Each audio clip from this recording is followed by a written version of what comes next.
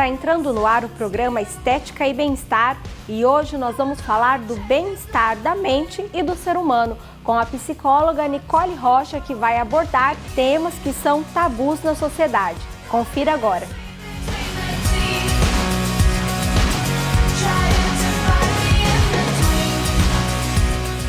Hoje o programa Estética e Bem-Estar conversa com a psicóloga Nicole Rocha para falar sobre o Setembro Amarelo e a prevenção ao suicídio. E esse assunto, né, Nicole, que é um tabu para a mídia, né, para a sociedade, é uma coisa assim muito triste também para o ser humano, né?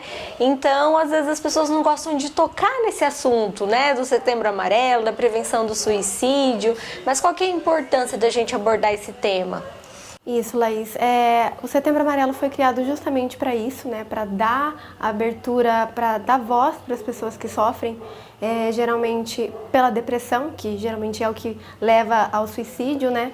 Então, ela é um tabu, muitas vezes leva a pessoa a ficar calada diante desse sofrimento, diante de uma angústia, né? Dessa vontade de vir a morrer. Então, a religiosidade também faz com que muitas pessoas fiquem caladas, perto dessa angústia né, do quanto é morrer, do quanto é tabu querer morrer. Então muitas pessoas ficam caladas, guardam para si e acabam por adoecer mais ainda ou cometendo suicídio, né? Então o Setembro Amarelo é justamente para dar voz a essas pessoas, para conscientizar ao mesmo tempo, para que essas pessoas não se sintam sozinhas, não se sintam desacolhidas, para justamente pedirem ajuda, pedirem socorro no momento que precisa, né? Então, tem vários profissionais que atendem dessa forma, inclusive a psicologia está batendo muito em cima disso, a psiquiatria, o Centro de Valorização à Vida também, que se eu não me engano é o 140, que a pessoa pode ligar e pode pedir ajuda no momento de emergência. Então, são várias instâncias que estão aí abertas para diálogo, abertas para serem ouvidas e falar um pouco desse tabu que é o suicídio, que é a depressão, né? Certo. E a gente pode dizer que as pessoas que cometem suicídio, elas cometem por já ter uma doença e o índice é muito alto, Nicole? Geralmente sim. O que mais leva ao suicídio está muito ligado à depressão, né, Laís? Então, estima-se que todos os dias 33 pessoas se suicidam. Então é um número alto. O Brasil, se eu não me engano, está nos índices maiores de países que têm pessoas cometendo suicídio. Então isso é grave, a gente precisa ouvir falar sobre isso e abrir os olhos para isso e dar a oportunidade das pessoas não se prenderem a tabus, a mitos, a mentiras que são divulgadas, né, a respeito da depressão, a respeito do suicídio, para que as pessoas não tenham vergonha de falar o que estão sentindo, a problemática que estão passando na vida dessas pessoas e pedir ajuda, que deve ser algo primordial na vida dessa pessoa, né? Ser aberto a pedir socorro, a pedir ajuda, seja lá para um familiar, para algum amigo, para alguma entidade, para algum profissional, e não ter vergonha, né, de assumir que tem algo, que está passando por uma dificuldade, que está passando por um problema emocional a ponto de querer tirar a vida. Isso é muito importante deixar claro. Certo. E a pessoa que ela pensa em tirar a própria vida, ela dá sinais? Geralmente sim. E aí isso é que a gente fica bastante em cima de algum desses mitos, né, Laís? Que muitos falam assim que quem quer se suicidar não avisa, vai e faz. Não é bem assim. Né? Por conta desse mito, muitas pessoas acabam adoecendo, levando a uma depressão maior e acabam, por última instância, cometendo suicídio. E aí os familiares, os amigos vão perceber, nossa, poxa, mas acho que ela já havia dado sinais, ela já havia avisado de alguma outra forma. E esses avisos foram ignorados, né, por algumas frases ditas do tipo, ela só quer chamar a atenção. Né? Isso é muito errado, isso é muito injusto e desumano. Dizer que uma pessoa depressiva, que quer cometer o suicídio, está querendo chamar a atenção. Não, ela está pedindo ajuda. Né? O último desejo é a morte no sentido de ceifar aquele problema, e não ceifar a vida, mas de se livrar de uma vez por todas daquela angústia, daquela situação problemática, e não de propriamente perder a vida por si só. Então isso é uma coisa que acaba impossibilitando algumas pessoas de serem ajudadas nesse momento. Certo. E quando a gente fala sobre suicídio, às vezes também tem um mito que as pessoas falam assim, não vamos falar sobre isso, porque quanto mais se fala isso na mídia, pior é, né? Se pode dar ideias para as pessoas. A sociedade tem algumas ideias errôneas a respeito de assuntos que são tabus, né? Esse é um deles, o suicídio é um deles, porque pensam que se falarem sobre isso, se alarmarem, se falarem de números, se falarem de pessoas que vão se suicidar ou que estão pensando em se suicidar, outros vão pensar, eu também vou me suicidar. E não é assim que acontece. O outro que está pensando no suicídio vai falar assim, tem alguém no mesmo problema que o meu. Certo. E Nicole, é possível que a pessoa que ela tente contra a própria vida reverter essa situação? Qual seria o caminho? Tratamento? Com certeza, Laís. É possível reverter essa situação procurando a ajuda de um profissional, primeiro de tudo, né? Eu estou percebendo aí na mídia, nas redes sociais, muitas pessoas com boas intenções, claro, oferecendo apoio via inbox do Facebook, via mensagens, via cartas, enfim. São pessoas com bom coração, acredito eu, que não estão querendo menosprezar ninguém, mas que querem abrir a oportunidade de ouvirem outras pessoas que estão passando por algum problema, a ponto de pensar no suicídio, né? Mas que, na verdade, isso gera certo preconceito, né, do que é. Então, procurar ajuda para tratar do suicídio não é uma conversa fiada, não é uma conversinha de colega, de amigo que vai te ajudar. Pode até te ajudar, mas você precisa da ajuda de um profissional. Certo, então o recomendado seria mesmo procurar por um psicólogo, né? Por um psicólogo, por um psiquiatra, né? Por um profissional da área da saúde. Né? O Centro de Valorização da Vida, o CVV, está aí para isso, para uma situação emergencial. Quem sabe você está desesperado, você pode pegar e ligar no 140. Eu não tenho certeza se é 140 agora. Eu imagino que seja. Isso, a gente depois coloca embaixo aqui. Isso, pode ser. O telefone. Para ter certeza. Isso. Mas o Centro de Valorização à Vida, ele está aí para isso. E agora nós vamos falar de um assunto também que esse mês invadiu os consultórios dos psicólogos e também da mídia, né, Nicole? Que é sobre a liminar de reorientação sexual. Como que a psicologia lida com essa situação? Então, Laís, esse assunto ficou muito debatido nas redes sociais, muitos a favor, outros contra, outros até ofendendo quem é contra essa liminar, né? Qual que é a problemática dessa liminar?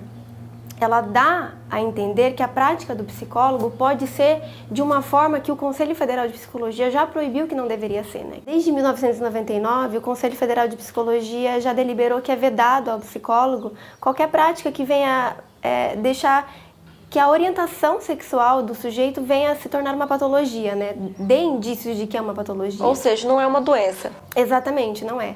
Então, o termo cura gay foi bastante divulgado, claro, é uma forma sensacionalista de falar sobre o tema, já que o juiz, obviamente, não iria usar esse termo. Ele Sim. usou termos jurídicos, termos formais e até polidos para falar desse assunto. Então, muitas pessoas estão dizendo, mas houve uma interpretação errada. Não é bem uma interpretação errada, é que nós, psicólogos e as pessoas que conhecem um pouco mais a prática, entendem que isso dá o favorecimento do profissional da psicologia em atender o cliente, o indivíduo homossexual, perante a sua queixa da homossexualidade. Mas atender esse sujeito enquanto homossexual sempre foi permitido. Então, essa liminar dá vazão as práticas de reorientação sexual, que é uma cura gay, né, no sentido prático da coisa, e que dá também, se não me engano, está escrito na liminar que permite que haja pesquisas científicas a respeito da reorientação sexual. Então, qual que é a problemática disso? Ela está indo totalmente contra o que o CFP já deliberou em 1999, que é a não patologia da homossexualidade.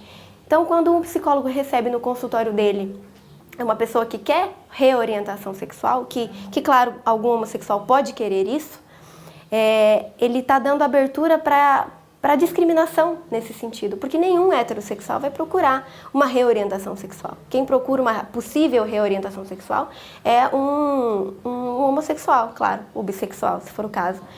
E o psicólogo ele tem que bater em cima de que não é uma doença. Então, quando ele trata isso como uma reorientação que pode ser reorientada, ele já está patologizando, ele está dizendo o contrário, né? Então, é claro, o psicólogo ele tem que acolher esse homossexual, ele tem que ajudar a esse homossexual a entender o que ele está passando e auxiliá-lo da melhor forma possível. Mas o termo reorientação dá vazão a uma prática totalmente proibida pelo psicólogo, que é interferir na sexualidade. Certo. E essa questão do homossexual também procurar a psicologia, né? Se partir dele, acontece isso? Não por uma reorientação, né? Acontece, mas por com certeza. terapia, assim como os héteros também procuram. Exatamente, acontece muito, é muito comum e a gente até aconselha que os homossexuais, claro, que tiverem algum problema com a orientação, nesse caso, procurem um profissional da psicologia, porque nunca foi negado a eles o direito disso, de procurar terapia e trabalhar como é ser homossexual, né? Mas a liminar, ela está falando exatamente o contrário do que acontece, que está dizendo ali que dá liberdade para o paciente homossexual procurar a psicologia, a psicoterapia.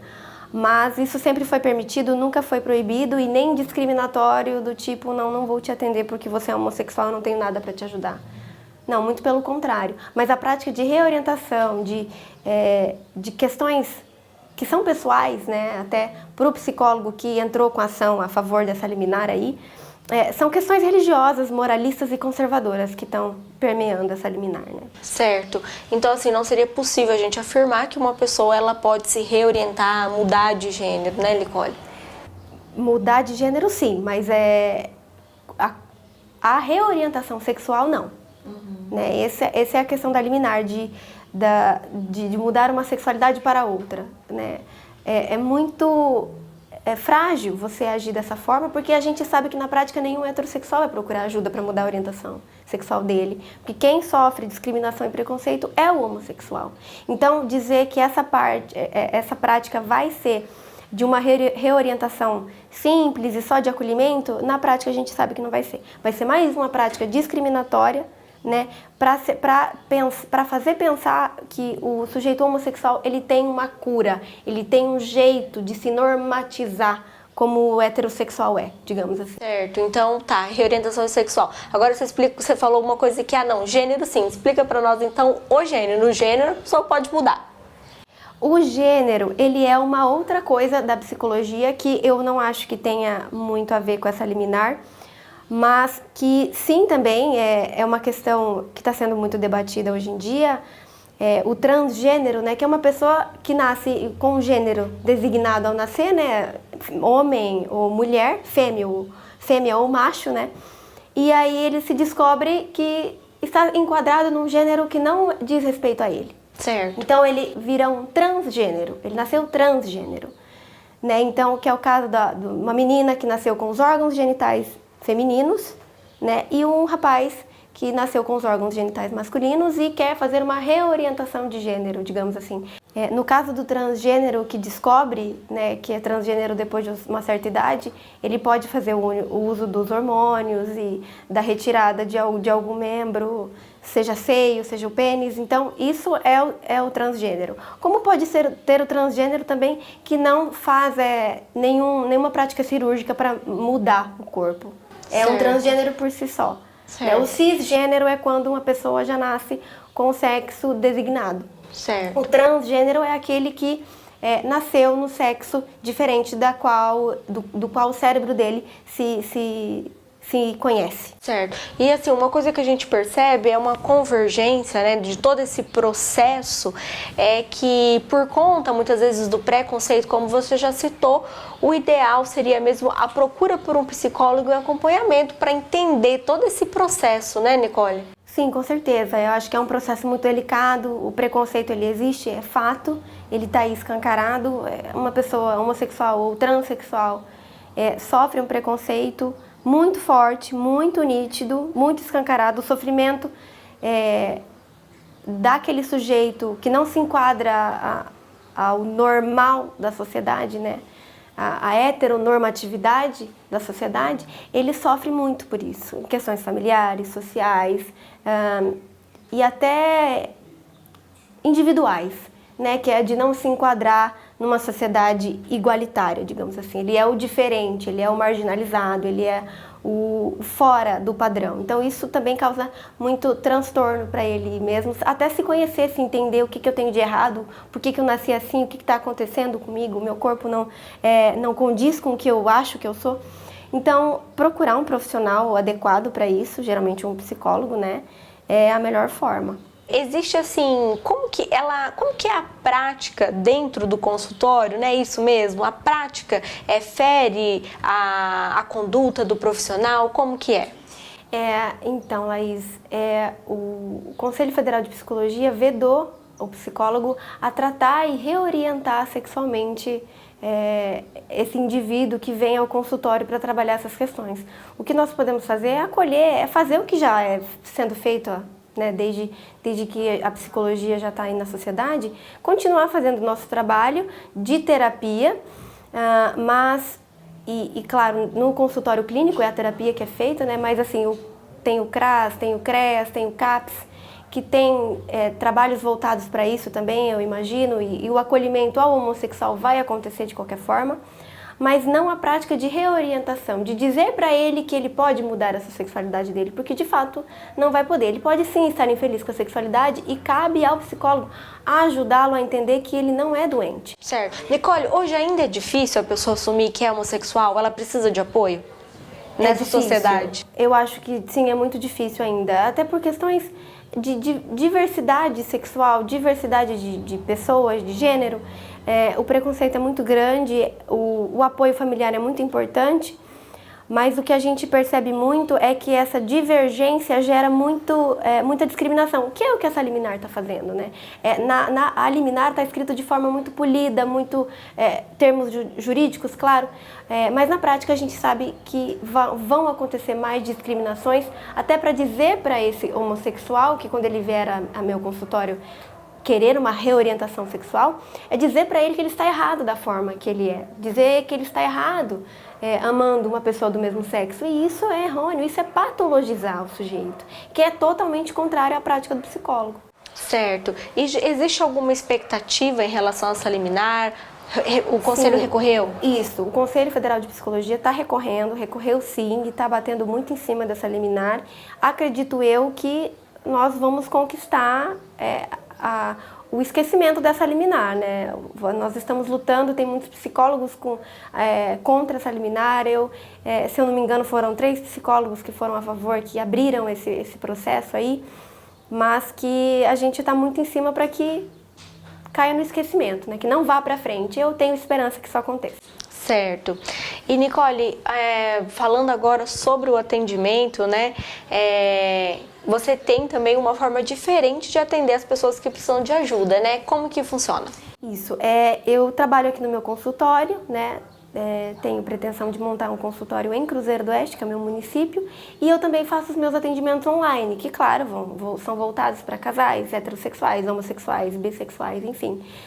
Não são assuntos que são tão discutíveis para mim a ponto de trabalhar esse mal-estar.